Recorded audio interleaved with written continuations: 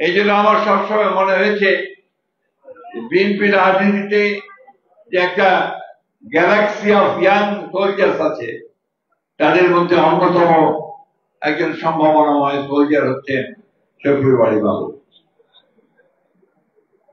আমার এইসব অনুষ্ঠানে এসে কথা বলতে আমি খুব স্মৃতি তাড়িত হই।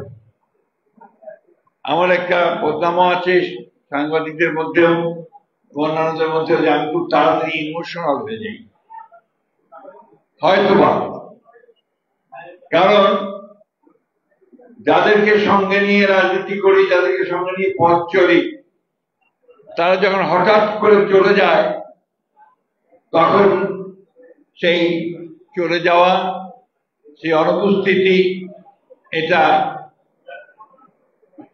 ভুলতে অনেক সময় লাগে।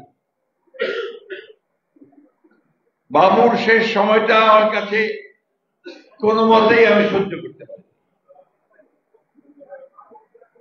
আমার কাছে মনে হয়েছে সে বোধহয় সঠিক চিকিৎসাটা নিয়েও যেতে পারে, যদিও সেই সময় করোনা বা কোভিডের খুব ভালো চিকিৎসা আসেনি, সেই ট্রিটমেন্ট প্রোটোকল গুলো হাসপাতালগুলো ঠিক সেইভাবে নিতে পারেনি। তারপরেও আমার মনে হয়েছে আমাদেরকে ফাঁকি দিয়ে সে চুপচাপ চলে গেছে। হয়তোবা তার কিছু অভিমান ছিল, হয়তো তার মনে কোনো কষ্ট ছিল, এইভাবে সে আমাদের ছেড়ে চলে গেছে।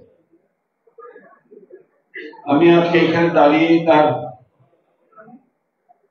স্মৃতির প্রতি শ্রদ্ধা নিবেদন করছি, তার আত্মার ফেরত কামনা করছি, এবং তার পরিবারের সদস্য, তার স্ত্রী, তার ভাই, তার সন্তানদের প্রতি আমার সহমর্মিতা, সহবেদনা, সমবেদনা জ্ঞাপন করছি।